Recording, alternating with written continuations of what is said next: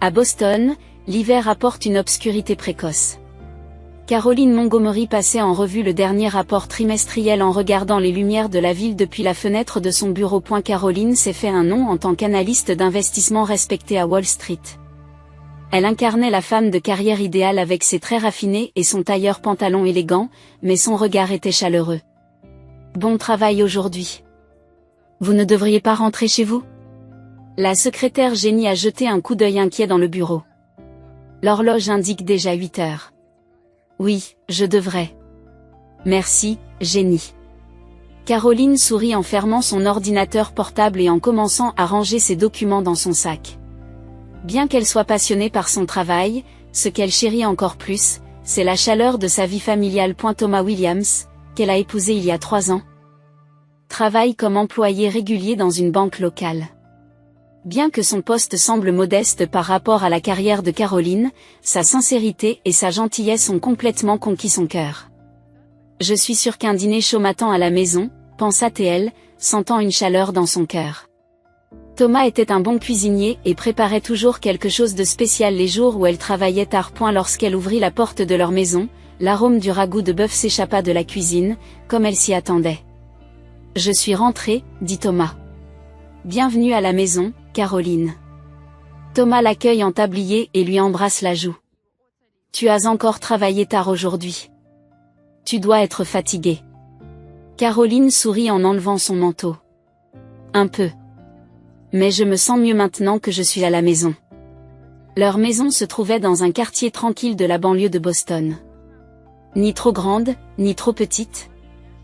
Une maison qu'ils avaient choisie ensemble. Thomas n'aurait pas pu se l'offrir avec son salaire, mais Caroline n'a pas hésité à prendre en charge la majeure partie des frais, en disant « C'est notre maison ».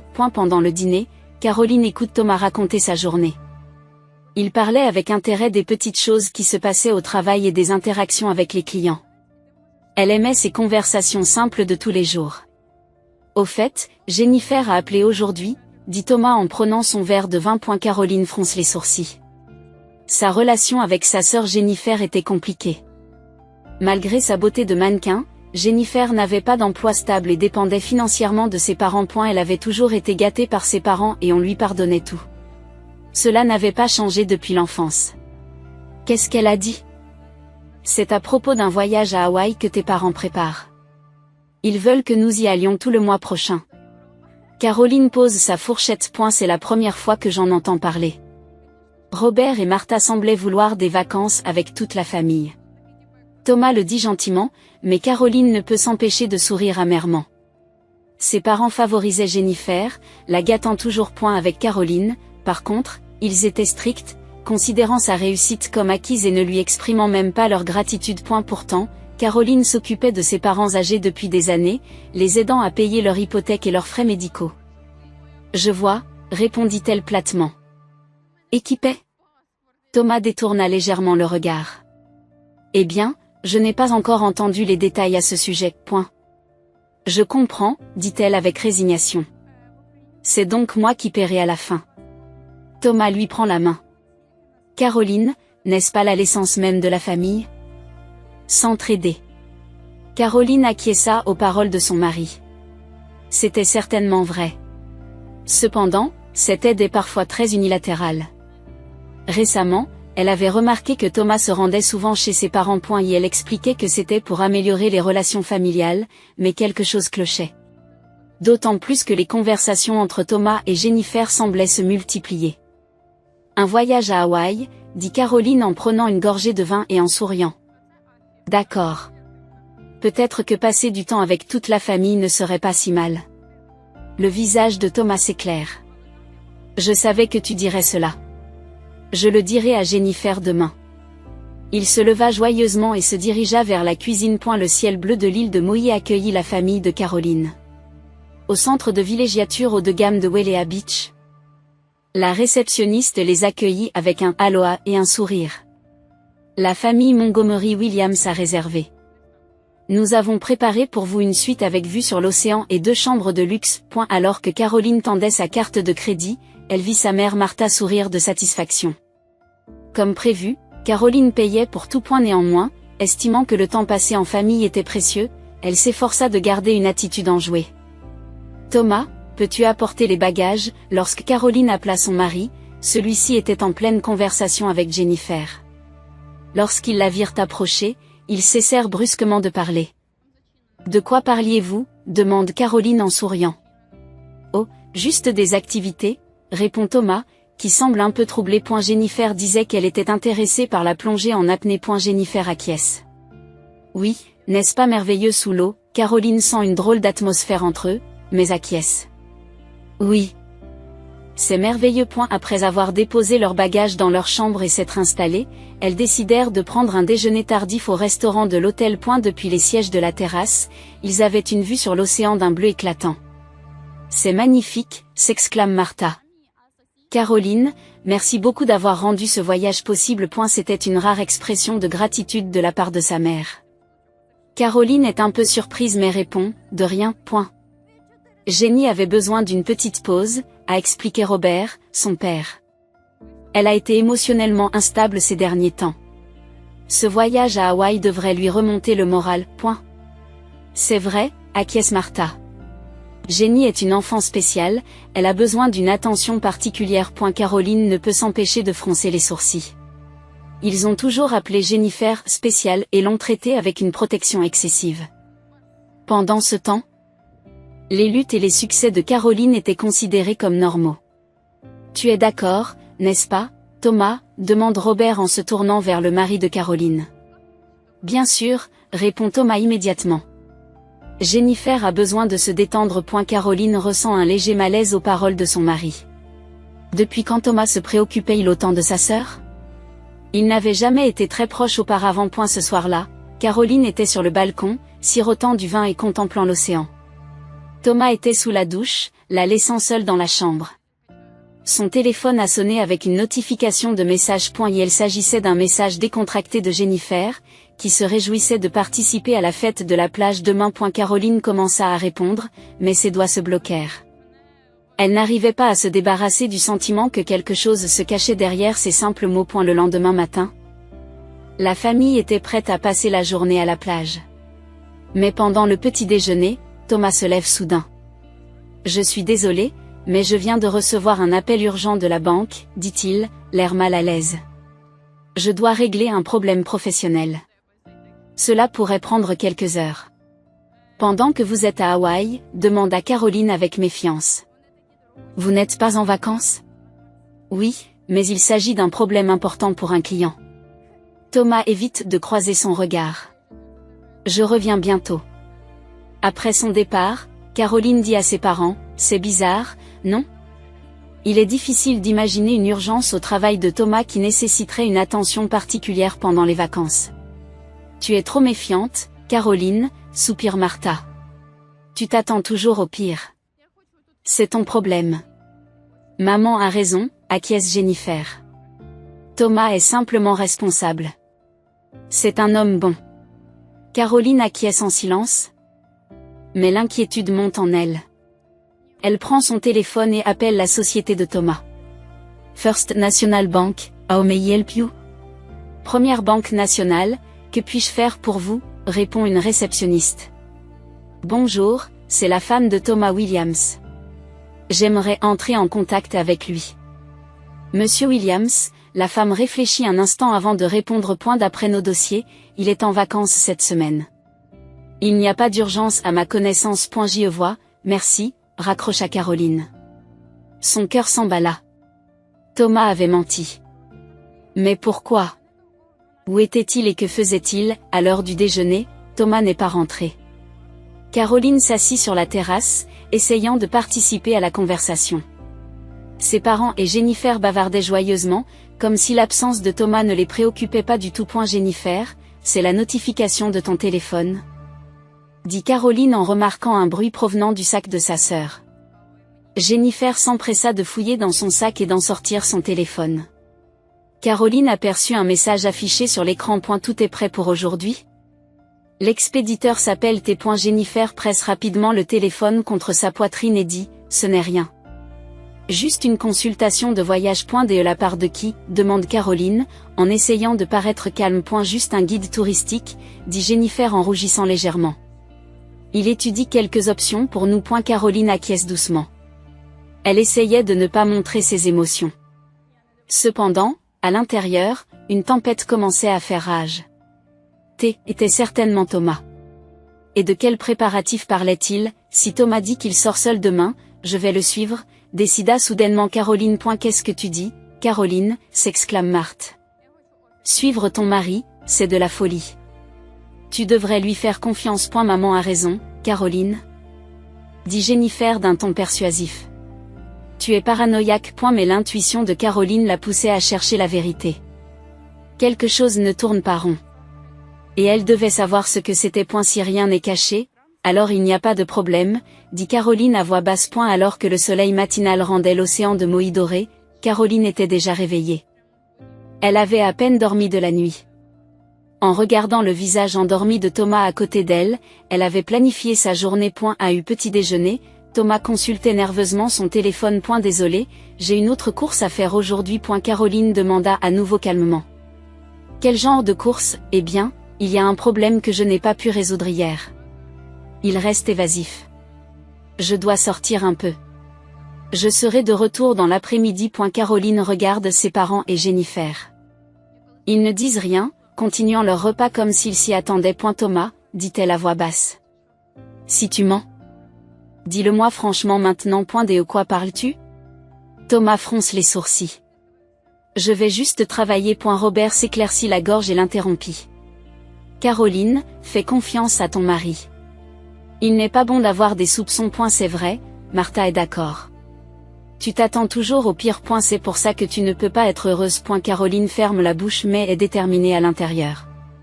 Elle acquiesça en silence et continua à prendre son petit déjeuner. Après le départ de Thomas, elle dit à ses parents, je vais faire des courses. Ses parents ont eu l'air soulagés et ont dit, amusez-vous bien. Jennifer afficha un sourire peu naturel et ajouta, j'espère que tu trouveras de bons souvenirs. Caroline se déguise avec des lunettes de soleil et une casquette. Lorsqu'elle quitta l'hôtel, elle pouvait encore voir Thomas. Il marchait rapidement sur la route de la plage en direction d'une station de taxi. Caroline prend rapidement un autre taxi et demande au chauffeur. Suivez cette voiture, s'il vous plaît. Je joue au détective, madame, dit le chauffeur plus âgé en haussant un sourcil. Cela pose-t-il un problème? Caroline répond froidement, pas du tout. Le chauffeur haussa les épaules. Ce n'est pas rare à Hawaï. C'est un endroit romantique, il s'y passe toutes sortes de drames. Ils suivirent le taxi de Thomas jusqu'à la partie nord de l'île. Une vingtaine de minutes plus tard, Thomas sortit devant une petite église blanche.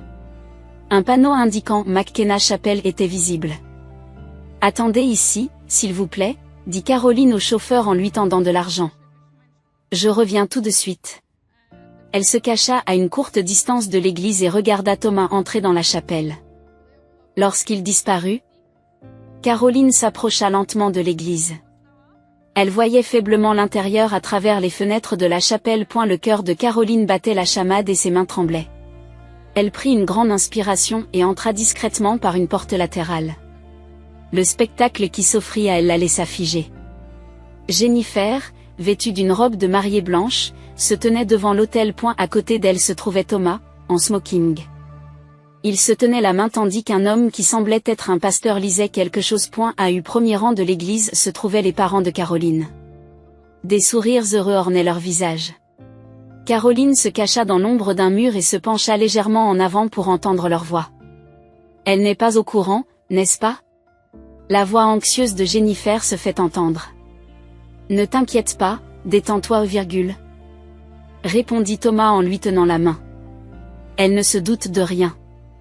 Elle est tellement inconsciente qu'elle ne le remarquera pas. Martha a ri. Caroline a toujours la tête pleine de travail. Elle ne peut même pas imaginer notre plan. Que se passera-t-il après le mariage? Demanda Robert.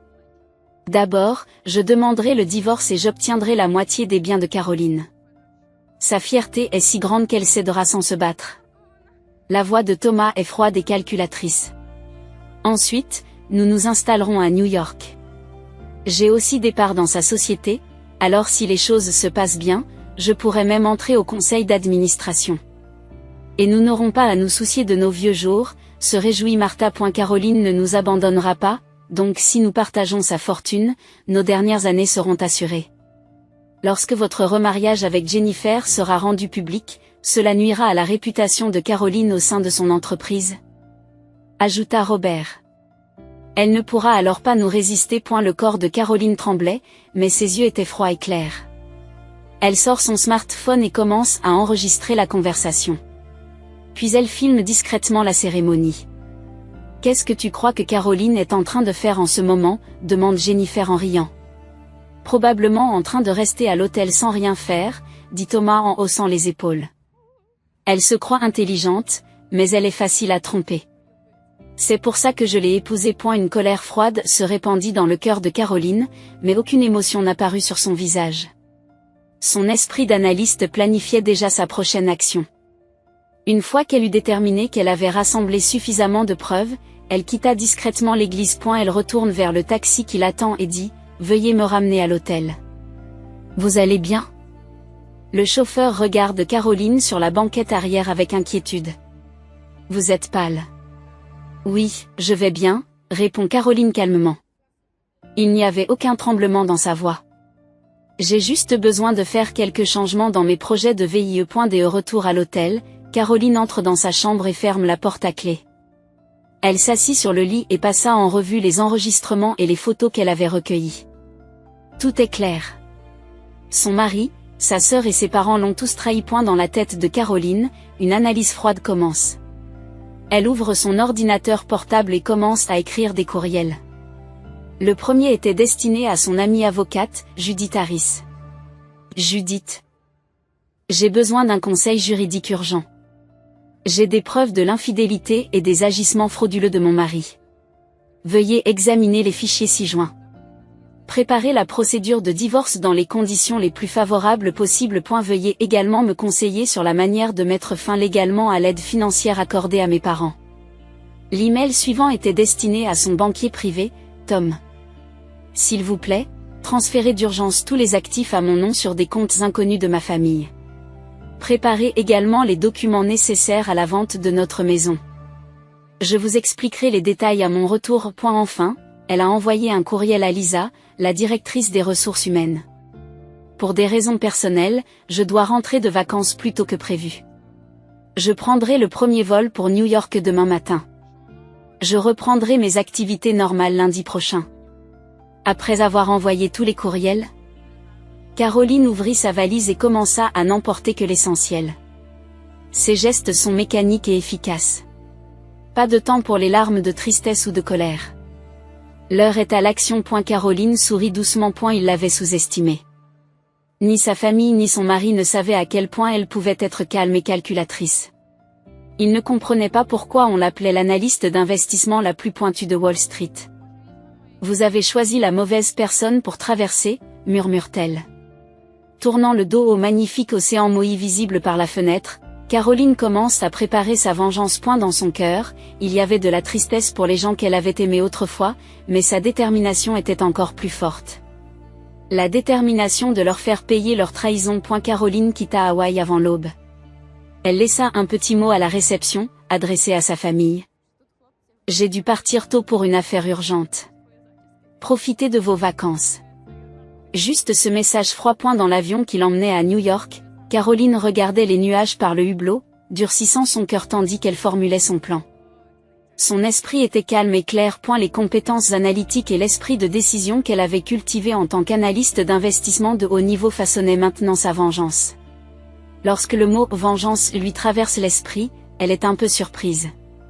Elle ne pensait pas pouvoir nourrir de telles émotions. Mais elle s'est dit qu'il ne s'agissait pas de simples représailles émotionnelles, mais qu'elle cherchait à obtenir une juste compensation pour une trahison. Arrivée à son domicile de Boston, Caroline passe immédiatement à l'action. Ses mouvements sont efficaces. Tout d'abord, elle rencontre Judith Harris, la meilleure avocate spécialisée dans les divorces. C'est une fraude totale, déclare Judith après avoir vu les enregistrements et les photos d'Hawaï. Légalement, cela pourrait même être considéré comme une tentative de bigamie. Nous pouvons procéder au divorce dans les conditions les plus favorables. Merci, Judith, répond Caroline calmement. Je veux aussi cesser de soutenir financièrement mes parents. C'est possible aussi, dit Judith en lui montrant des documents. L'aide que vous avez apportée à vos parents l'a été sans contrat légal, elle peut donc être interrompue à tout moment. Caroline a également rencontré le banquier privé et a modifié l'accès à tous les comptes communs, transférant les actifs sur des comptes séparés inconnus de Thomas et de sa famille. Grâce à ses connaissances d'analyste économique, elle a également entamé des procédures pour bloquer légalement l'accès aux pensions de retraite de ses parents. Le prix à payer pour avoir essayé d'utiliser ma vie sera élevé, a décidé Caroline. Ensuite, elle a fait appel à des déménageurs. Suivant ses instructions, ils ont déménagé la plupart des objets de la maison vers un nouveau lieu de stockage. Les photos mémorables, les meubles coûteux, les collections d'art qu'ils avaient rassemblées, elle a tout emporté. Laissez tout ce que Thomas a choisi, a-t-elle froidement ordonné. En réalité, il n'y avait presque rien. Après tout, c'est elle qui avait créé l'essentiel de leur vie de famille. Après le départ des déménageurs, elle a écrit un seul mot à la peinture rouge sur le mur vide. Ce mot ressemblait à un cri du cœur. Elle savait aussi que ses parents accordaient une importance primordiale à la réputation sociale. Elle a donc organisé toutes les preuves des affaires de son père, des fausses activités caritatives de sa mère et de l'évasion fiscale. Il s'agissait de secrets de famille qu'elle connaissait et qu'elle avait eus pendant des années. Tout comme ils ne se sont pas souciés de ma réputation, je ne me soucierai pas de la leur, se dit Caroline. Finalement, elle a contacté un agent immobilier local et a entamé les démarches pour vendre la maison. Je veux être libérée de ce lieu de trahison dès que possible, dit-elle. Une fois tous les préparatifs terminés, Caroline a déménagé dans un nouvel appartement. Elle ne communique à personne sa nouvelle adresse, effaçant complètement ses traces. Elle attendit le jour où Thomas et les autres reviendraient d'Hawaï. Ce jour-là, elle travaille normalement dans son bureau. Tout en analysant les chiffres à l'écran, elle consulte de temps en temps son téléphone portable. Enfin, un message de Judith arrive. Ils sont arrivés à la maison. Tout se déroule comme prévu. Caroline sourit doucement et se remet au travail. Lorsque Thomas, Jennifer et ses parents reviennent d'Hawaï, un spectacle choquant les attend. En ouvrant la porte d'entrée, ils ont d'abord vu une maison vide avec des inscriptions en grand sur le mur. En se dirigeant prudemment vers le salon, ils ont découvert qu'il ne restait qu'une lourde table en bois sur laquelle étaient soigneusement rangés les documents relatifs au divorce et au partage des biens. Judith, l'avocate de Caroline, se tenait là, dans un costume coûteux, l'air froid. « Qu'est-ce qui se passe ?» demande Thomas, ahuri, à qui Judith explique calmement. « Madame Caroline Montgomery sait tout. Y compris la cérémonie à Hawaï, dit-elle en faisant défiler les photos et les enregistrements de la chapelle sur une tablette. Jennifer pâlit et ses parents restent sans voix. « Où est-elle » demande Thomas avec frénésie. « Il faut qu'on parle. »« Vous n'avez plus votre mot à dire, virgule » rétorque froidement Judith. « Madame Caroline ne reviendra pas dans vos vies. C'est la dernière rencontre. » Sur la table se trouvaient également des documents juridiques montrant que Caroline avait vidé tous les comptes bancaires communs de la famille et avait entamé des procédures pour vendre la maison. C'est une réponse légitime à des actes frauduleux, poursuit Judith. Madame Caroline a retiré tous les fonds de retraite de ses parents. Il est clair que vous aviez besoin de son aide pour payer l'hypothèque et les frais médicaux. Sur son bureau se trouvaient des photos de ses nouveaux amis, et sur le mur étaient accrochés des certificats honorant ses réalisations. Madame Montgomery, les préparatifs de la réunion du conseil d'administration sont terminés, annonce la secrétaire. Merci, Allison, sourit Caroline en rangeant ses documents. Après le divorce, elle avait repris son nom de jeune fille. Caroline rayonnait plus qu'avant. Elle passait du temps avec un conseiller psychologique une fois par semaine et apprenait à se valoriser. Avec l'aide de la conseillère, elle a pu affronter et surmonter la douleur du passé. Et la vraie force, c'est d'avoir le courage de se lever, avait-elle écrit dans son journal. Avant de se rendre à la réunion, elle a jeté un coup d'œil à une coupure de journal dans le tiroir de son bureau. Il s'agissait d'un article sur son ex-mari et sa famille. Dans un petit appartement de la banlieue de Chicago, Thomas revient d'un énième entretien, vêtu d'un costume bon marché. Et elle ouvre la porte d'un pas lourd et marmonne, encore raté. Depuis son divorce d'avec Caroline, sa carrière était sur une trajectoire descendante. Il avait perdu sa crédibilité et sa réputation dans le secteur bancaire s'était effondrée. À côté de lui se trouvait Jennifer, qui travaillait désormais comme caissière dans un supermarché. Son beau visage d'antan est assombri par la fatigue et les regrets. Elle s'est souvent demandé à quoi nous pensions à l'époque.